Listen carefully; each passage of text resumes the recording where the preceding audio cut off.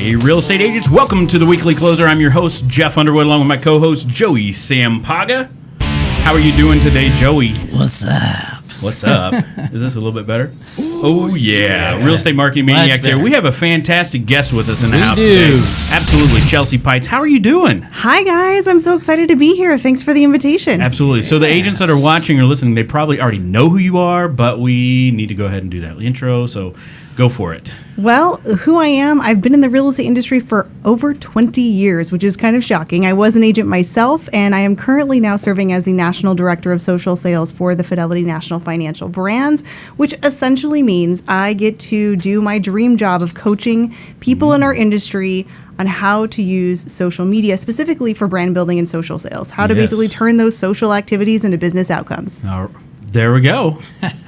She has that down. If you didn't get all that, you know you can rewind, right? Yes. Because that's a lot there. And you've been traveling all over the place. I have. Yeah, lots of, great conferences I've been asked to speak at and lots of training. So, yeah, I kind of get from here to there. Yeah. I know we were talking before about all the travel and everything, but besides home, I mean, what's been kind of your most fun adventure with this whole thing? What's fun to travel is any place outside of the actual airports. I have been in a lot of airports. I've been in a lot of Ubers.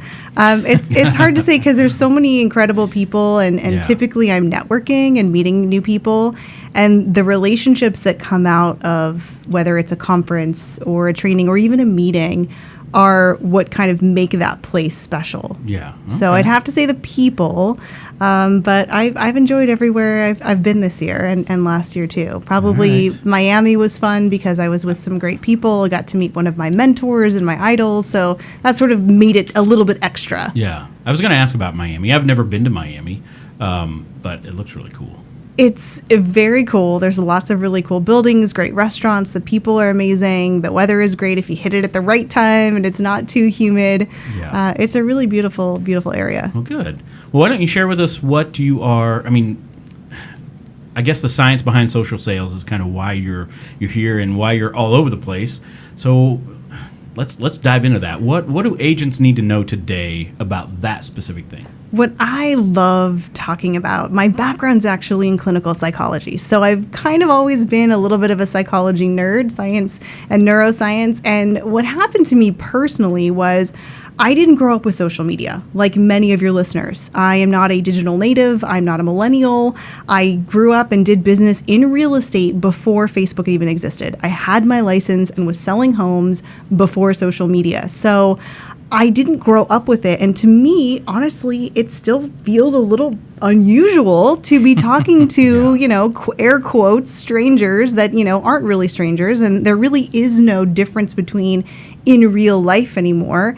And I realized that I was talking to these people every single day, all day long. And I knew their families and their coworkers and their kids and their dogs and what was going on in their life. And eventually I met about 20 of those people. We decided we were all going to get together and we met in person, and it was no different than us talking every day. And I was fascinated by what was happening. So I wanted to research that. So I studied for about a year brains, biology, and behavior. And what I found was that there is actually what I call a camera first formula. Mm-hmm. And it's truly about this intersection of neuroscience, how our brains recognize faces, and how even looking at our phones and watching someone, whether it's an Instagram story or a Facebook Live or a YouTube, I can feel a connection to that person because I feel like they're talking to me.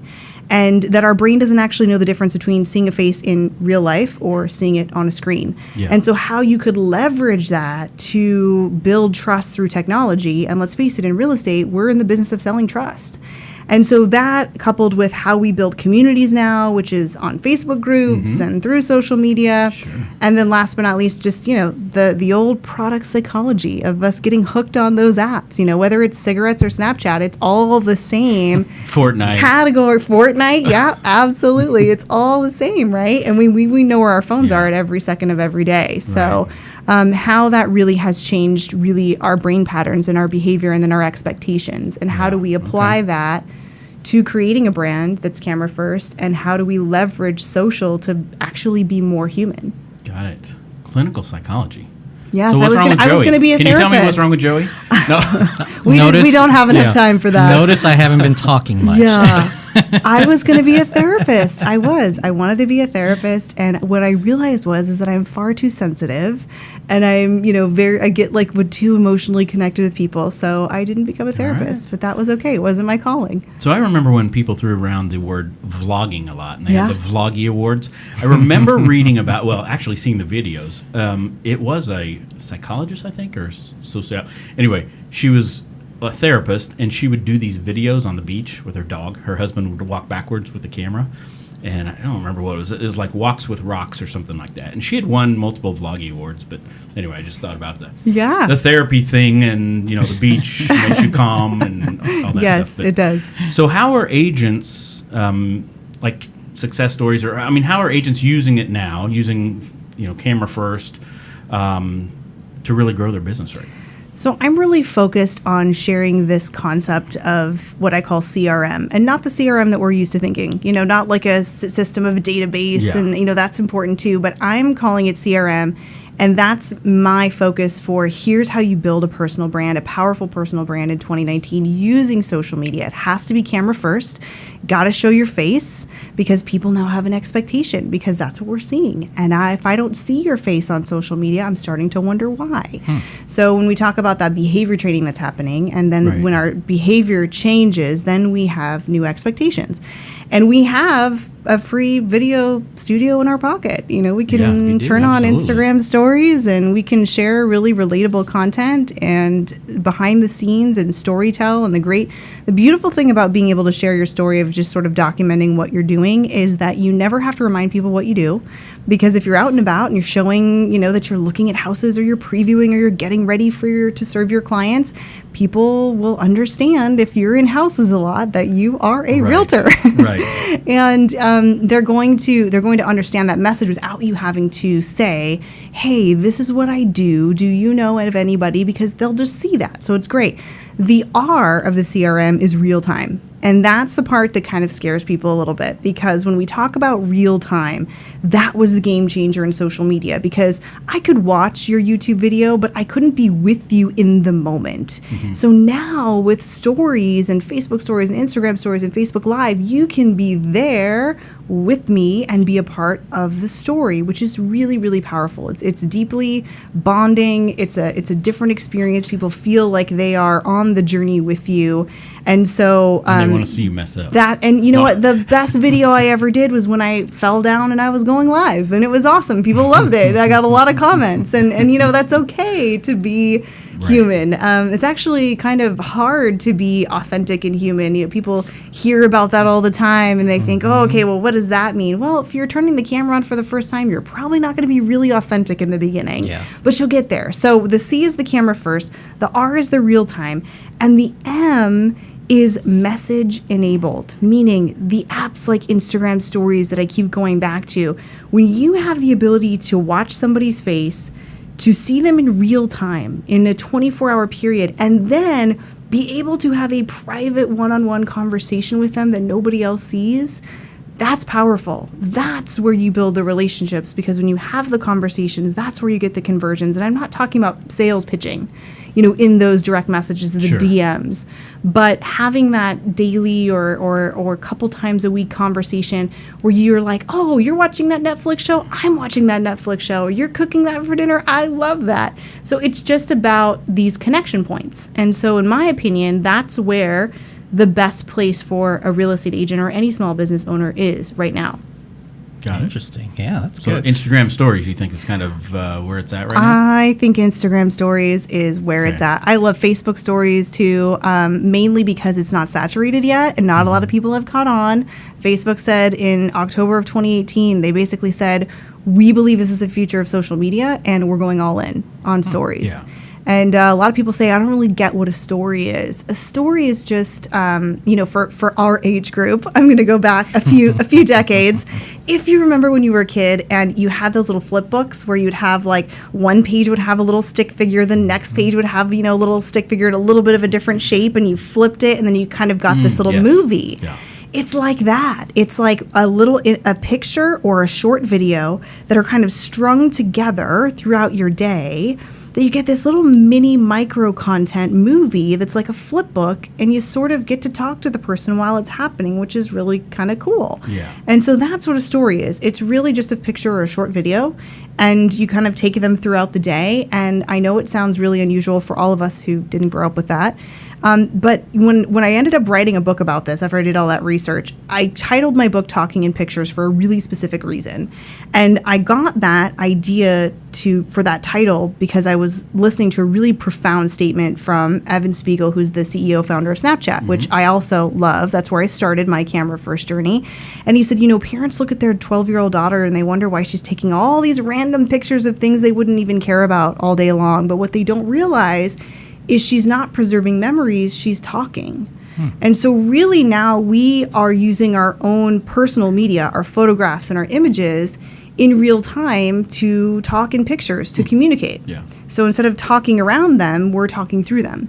And so that's really where I think the power is in the story format, or really any video format. But I also love voice, which is what we're doing here. So. Right. So here's a question with the stories.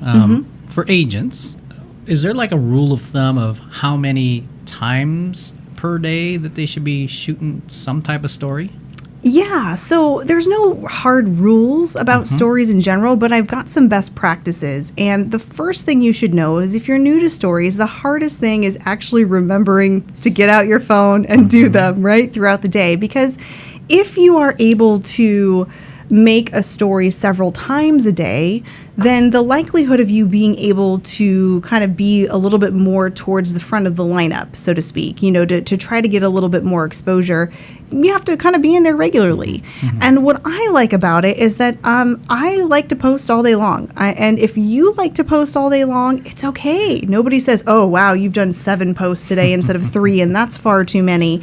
Because if they don't like it, they can just tap on through or go to the next story. And if they want to come back, they get to pick up right where they left off. So that's why I love the stories, is that it's just there. You can just make it whatever you want. But I do encourage people multiple times a day, at least 3 to 5, which sounds like a lot, but let's be real. If we were shooting 5, 10-second videos, really, how many minutes is that, right? It's not that long. No, it's literally getting into the habit I did my math right. of pulling out your phone and doing it. And once you get into the habit, then you start to say, well, what kind of content do I make? And so it just becomes a little bit of an evolution, but I do think that you should be making content throughout the day, and it doesn't take that long. Like we just said, less than a minute. If we all said, if you guys could commit to 1 minute a day, we'd all say yes. Absolutely. Absolutely. So do you get the question a lot, though, how do I make it interesting? Yes, I get that question all the time. So this is a real life example that happened to me about 2 weeks ago.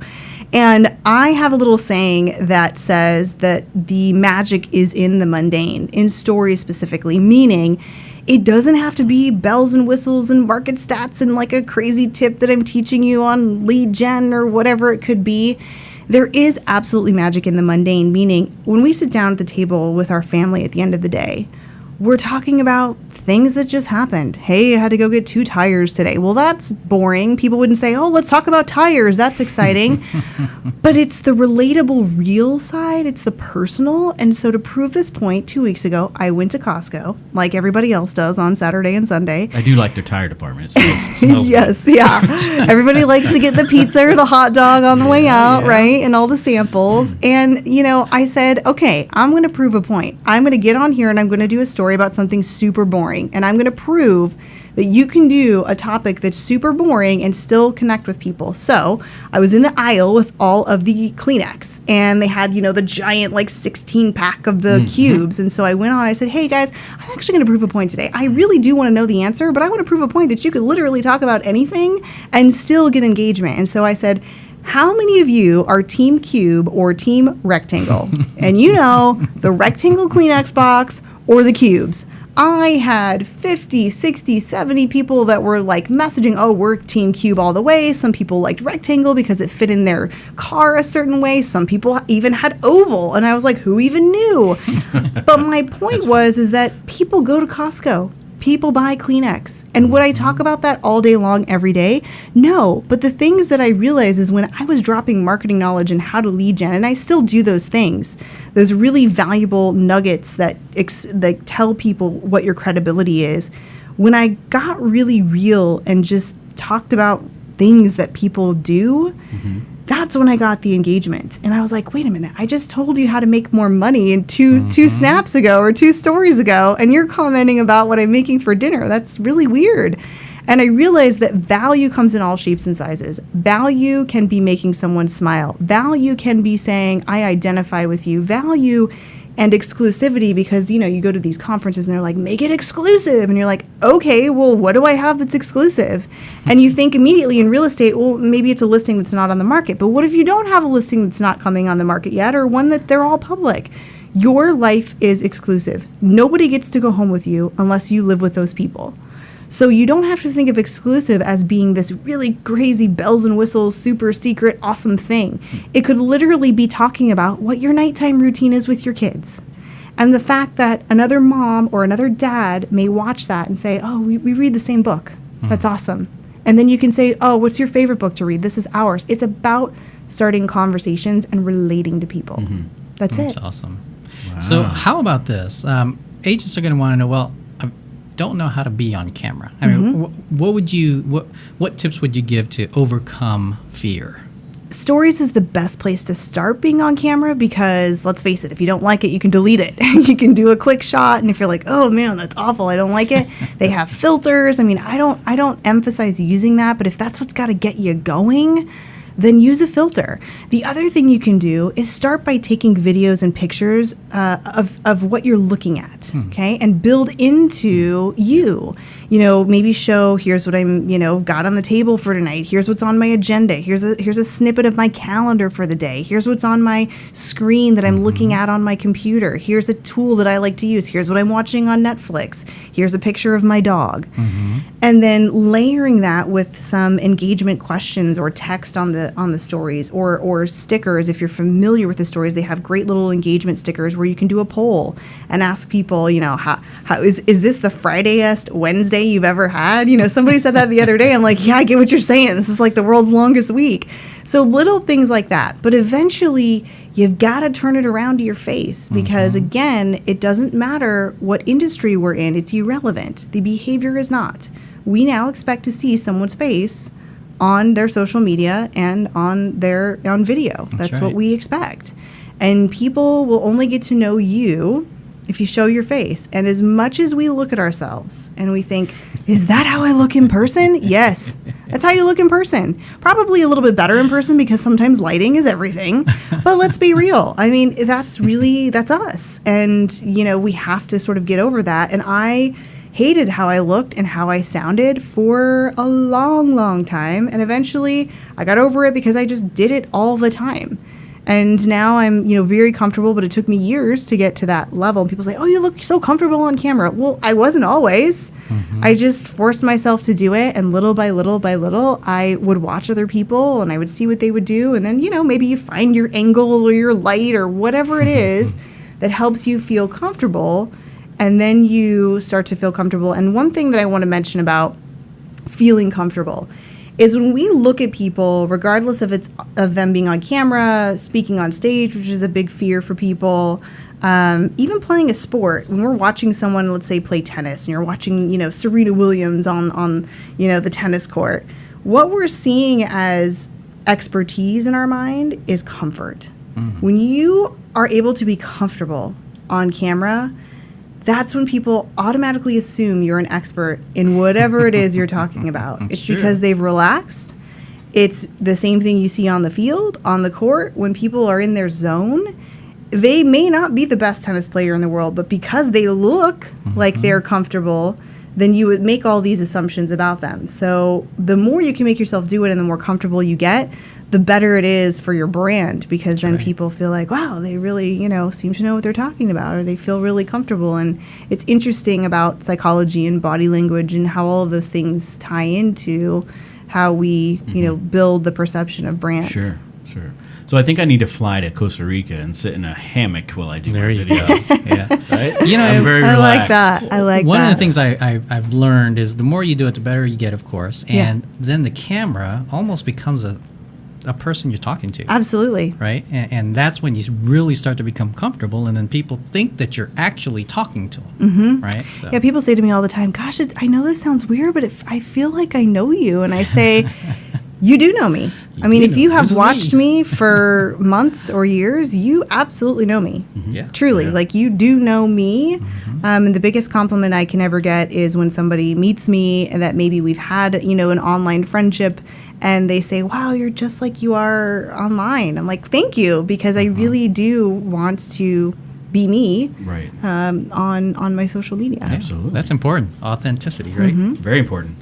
All right. Okay, so camera, but what about so the new thing that's out there? Well, new The thing new for old lot- thing. the New new old old thing is voice, Yeah. right? So whether it's podcasting or Alexa skills with the flash briefing, where do you see that going in the real estate space? I think it's truly where the future is going, because if you're listening to this podcast right now, ask yourself how many more podcasts you listen to now than you did 4 years ago. I think everybody would say, oh, yeah, definitely. I listen to a lot more audio content. And what also people seem to think is, when we talk about devices, we think of a podcast, or we think of, you mentioned, I'm going to say Lexi because I don't want anybody's smart speaker to go off in their home, but Lexi, flash briefings, Lexi skills, Google Home, things of that nature. More and more voice audio is being built into devices. It's built into cars now. I believe it's Ford and BMW. If you buy a new Ford or BMW, I think they have Lexi built in.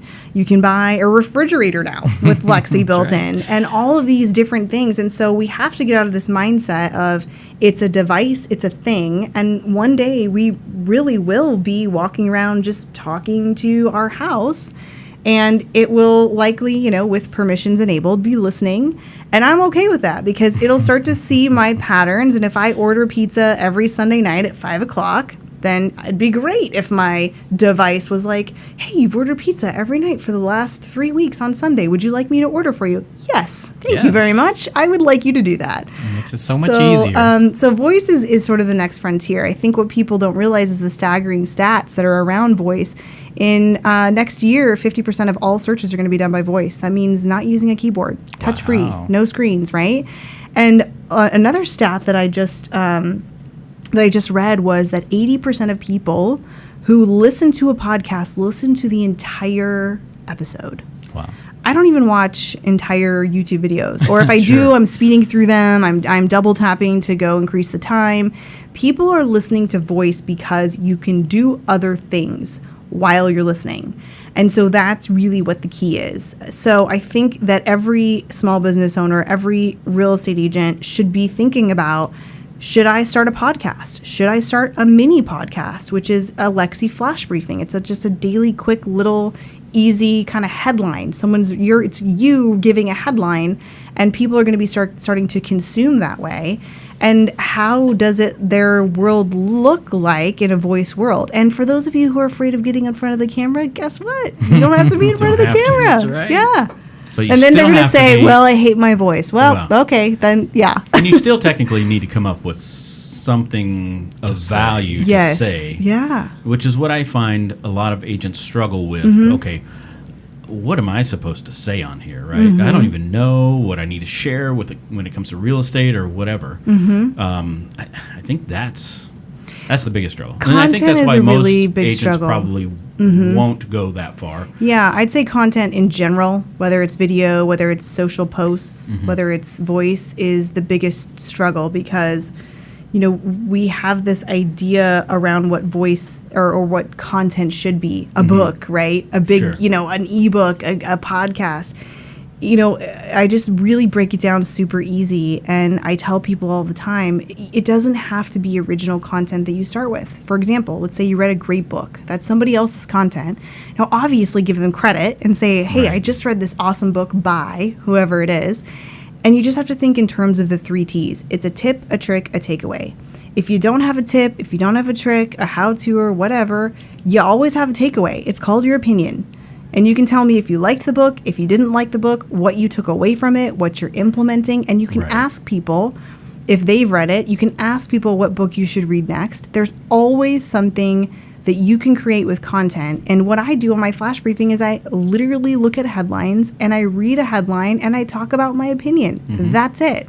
Because that's original content. So if you start with that and you start making content and you get into the habit of making content, content begets content. Eventually, just like when you buy that white car that you never saw on the road and now you have it and like, wow, everybody has the same car. You start to look at the world a little bit differently and you start to think, oh, this would be good to talk about. And then you might have like a running list of things that you want to talk about. So. Got it. Well, essentially, that's how Gary Vee started with his Wine Library TV, is taste testing other wines and giving his opinion. Exactly. I mean, that was it. Yeah. But So how about the technical part of it? Is it still hard to do? I mean, in this, of course, in the studio, if they're watching video, I mean, there's a bunch of equipment. Right. You know. When I started my podcast, I used the voice recorder on my phone. It wasn't the best, but I knew if I didn't start, then I wasn't going to start. And I was intimidated. I'll tell you, like, very honestly, I don't know how to edit on either iMovie or GarageBand. I know the basics, the basics, and I don't want to learn to edit. So that holds a lot of people back. But as somebody who does not like to edit, I have figured out a way that works for me. You could always outsource that, or if you don't mind learning something new and you like that, then you can learn it all on YouTube for free. But you don't have to have a lot of equipment to get started with video or voice. I will say voice requires a little bit of equipment because sound is super important. People will watch a bad video, but they will not listen to bad audio. So it's important, even if you buy a $20 microphone and you can use free equipment to edit it, you've got to at least get the mic. And that's an investment. They last forever. I mean, if it's just you doing a podcast in your office, it's going to last for years and years and years. So don't let the equipment stop you, because you can get a lot of stuff for free or really cheap. And once you've got it and you've set it up, the good news is it's one and done. You figured out how to use your mic. You figured out how to turn it on. You've got to find a host, which is just think of that as like YouTube. If you make a video, you got to put it somewhere so people can actually watch it. And, you know, a quick and simple Google search just takes care of it all. So the podcasting, I'd say, is actually probably easier than the flash briefings. Those are pretty new and they're confusing. And so I myself was confused. So I set about to figure it out. And so I ended up making a 20-minute YouTube video on how to do it, because I was totally confused. And it took me a lot of, emails back and forth, asking friends, but everything's online. So you really can just teach yourself. Okay. Absolutely. Awesome. So how do agents that are listening or watching, where do they go to follow you now? They can connect with me on all of the socials by my name, and I have an unusual last name spelling, so I'm going to spell it out. It's Peitz. It's Peitz. And I'd love to connect with them on Instagram because I daily vlog there. You can get a really good sense of who I am. We can chat. I love it when people, send me a message in the DM. Hey, I heard you on the podcast. Great to connect with you.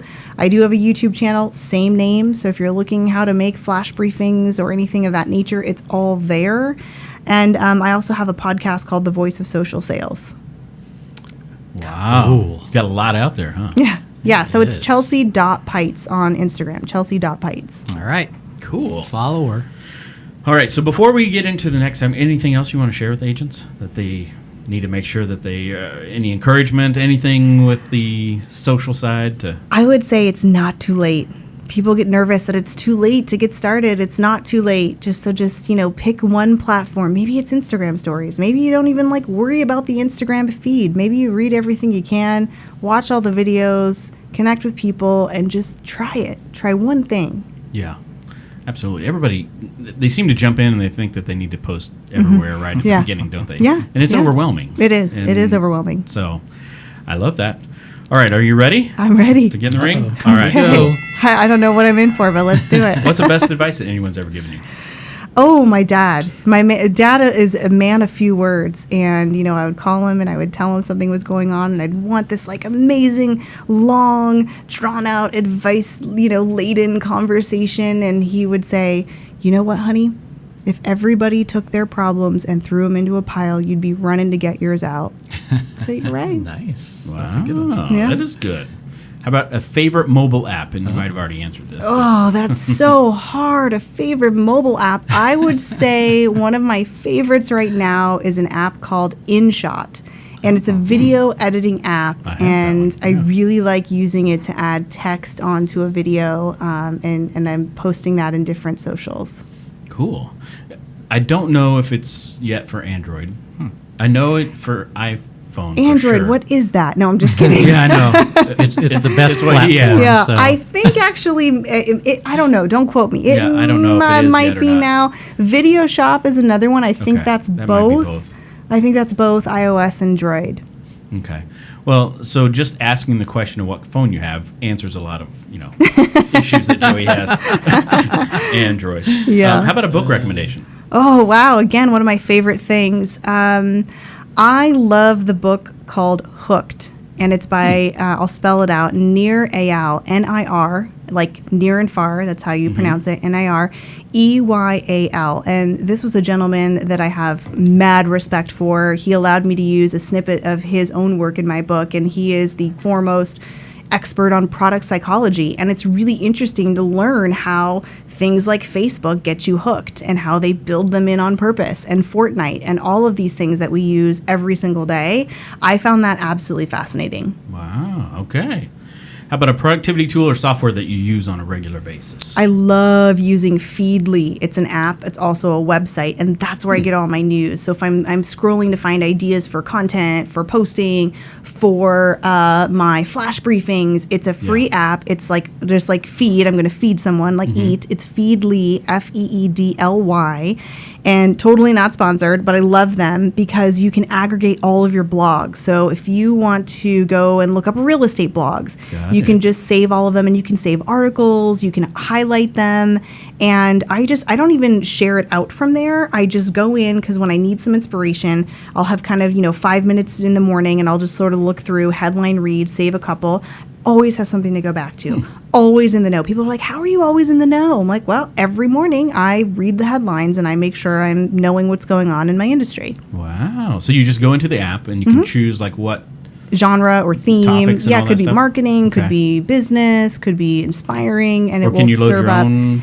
Yeah, you ones can. that you You wanna can follow go. for You can sure? go search and Okay. follow. You can also discover. So oftentimes I'll put in real estate, and I'll obviously know some great blogs I already like to follow, and then Sure. it will show me other blogs that are ranked pretty high in that industry Right. too. Cool. Great There's info. one I'm going to be adding for sure. Okay. All right. Last thing, we'll have you draw from the mask. Oh, okay. This is beautiful. What is that, velvet?